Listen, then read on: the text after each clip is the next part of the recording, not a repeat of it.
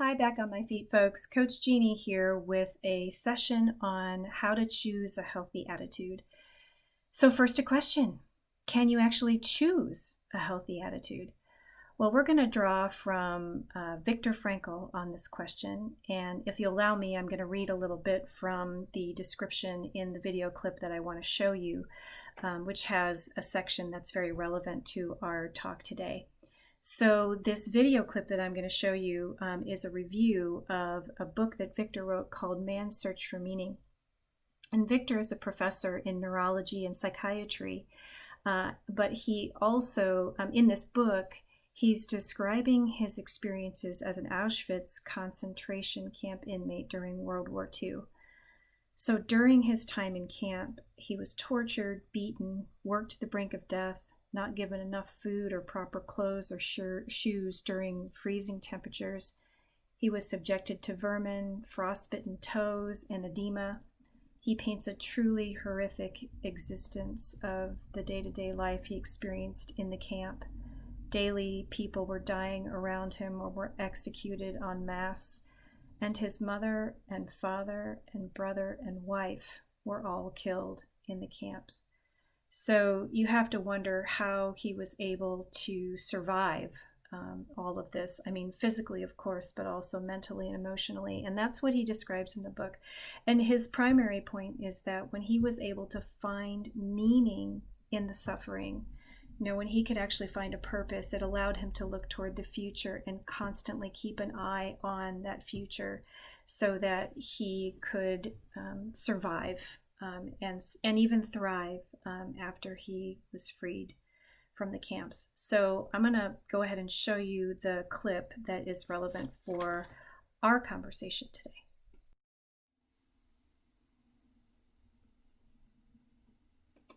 All right, the second big takeaway from this book is that you have a choice.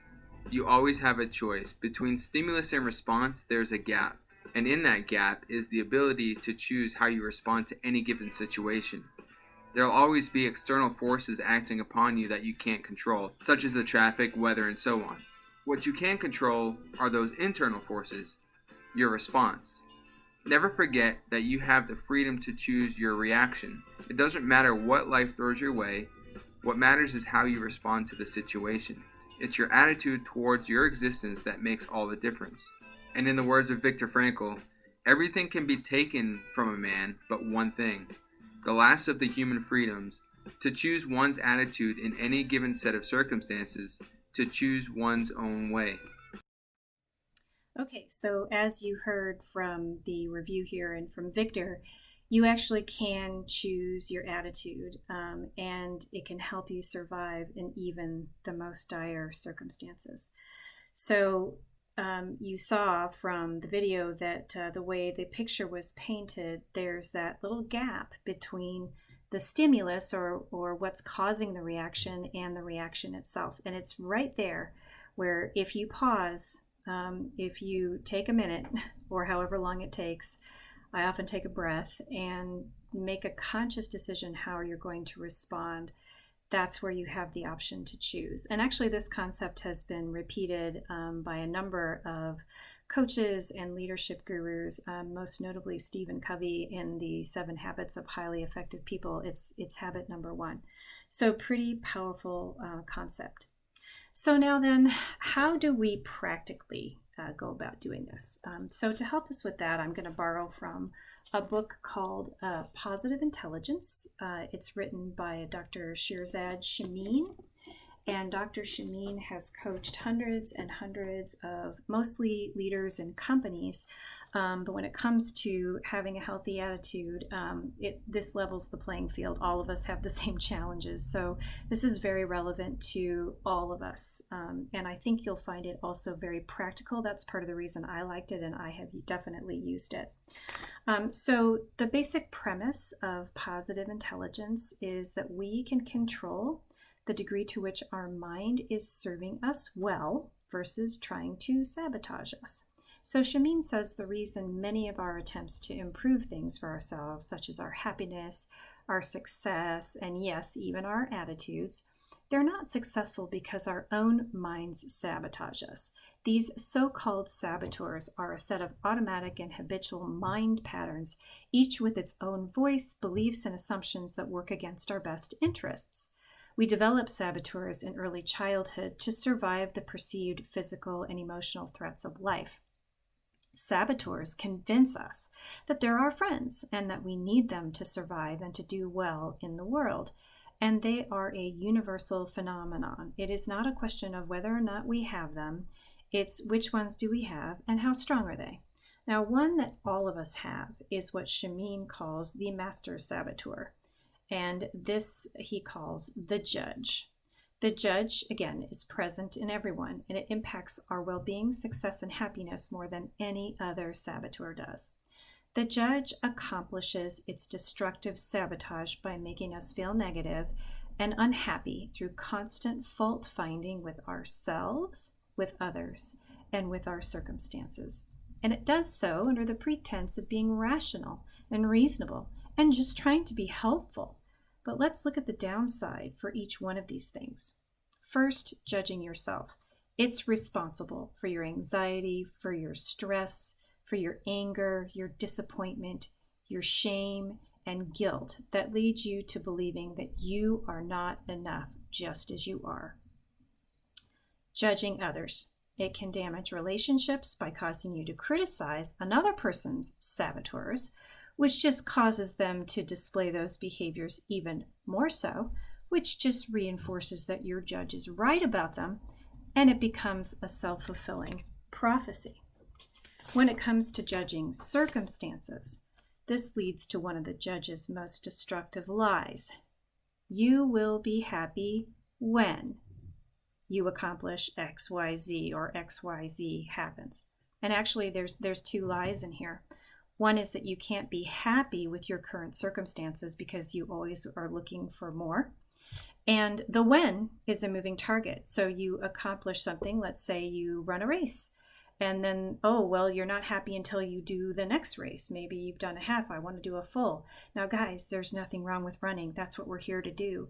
The point is attaching your happiness to a future goal such that you never actually get to be happy, right? So we need to learn how to experience that happiness in the moment so that we can be joyful in all of our runs, right?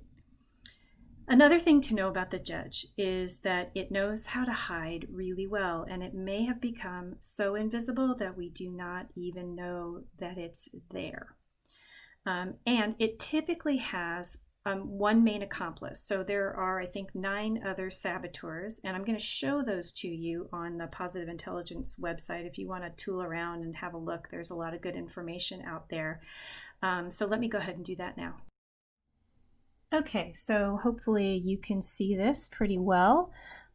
This is the Positive Intelligence website, and you can see I'm on the Saboteur tab right here. So here are the names of the other saboteurs that are accomplices to the judge. And you can see you can take a free self-assessment if you want to find out what your main accomplice is. And if you scroll down, you can see a little more about the judge, and you can explore any of the other, I guess there are 10 other saboteurs. Oh no, the judge is included. So a total of 10 if you want to check that out. So I will leave that up to you. But now we want to talk about the main way that we can get the judge under control. So let me do that now. So fortunately for us, we also have at our disposal a part of our mind that can rise above the drama and tension of the moment and avoid falling victim to the lies of the saboteurs. Shamin calls this the sage, and it can help you address any challenge that comes your way. The sage perspective accepts every outcome as a gift or an opportunity, as opposed to the judge that just focuses on how bad the problem is. The sage understands that our distress is generated by our saboteurs and knows, without a doubt, that we have the power to overcome them. So I want to focus now then on how we actually do that. How do we overcome our saboteurs? And there's a couple of strategies to do that, and so I want to go to those now.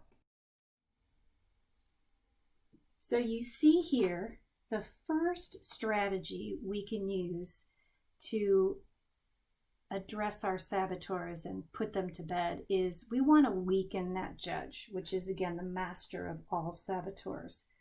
So you first have to determine how to know when your judge is acting.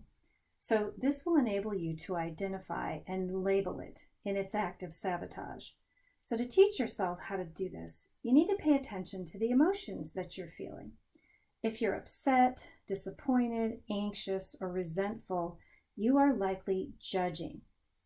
Once you know your judge is acting, you name it, literally give it a name, like the drill sergeant, the know-it-all, the executioner. Label the thoughts and the feelings that accompany the judge, and make sure you attribute the act of judging to the judge, not to yourself. So you don't say, I'm really irritated right now. You say, the drill sergeant is irritated.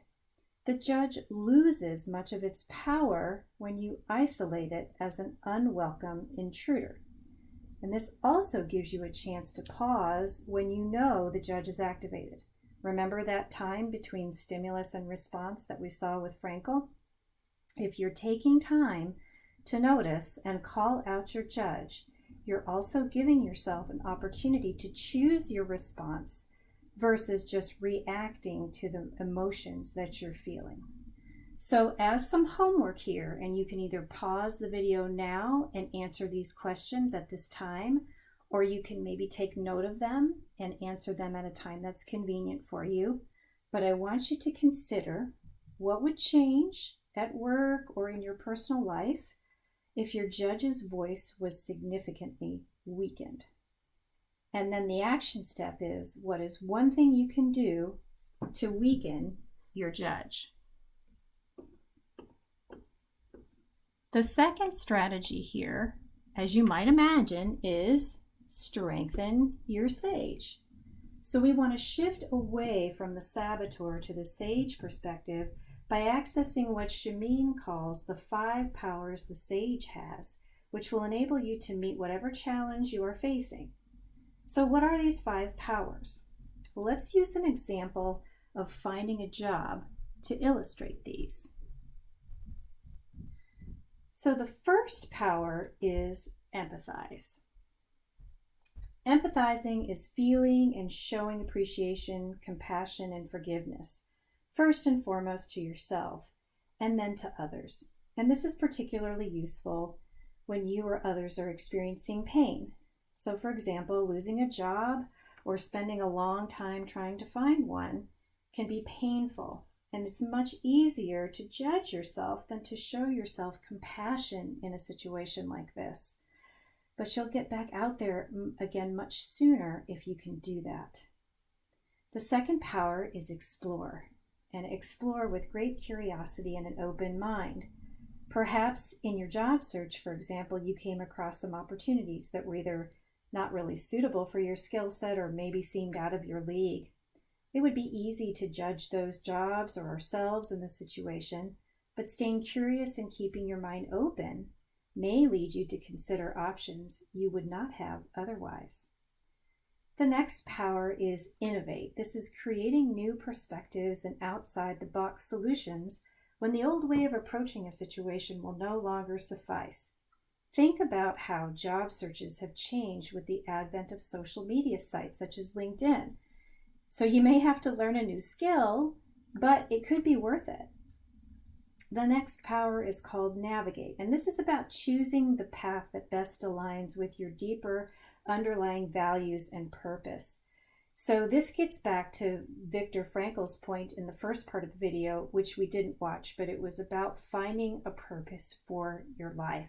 This will give you the internal compass you need to make choices that align with that purpose. Knowing your purpose can make it easier to focus on a particular direction, including pursuing a job that's right for you. And finally, the power to activate. When it becomes clear what your path should be, you can take decisive action without the distress, interference, or distractions of saboteurs.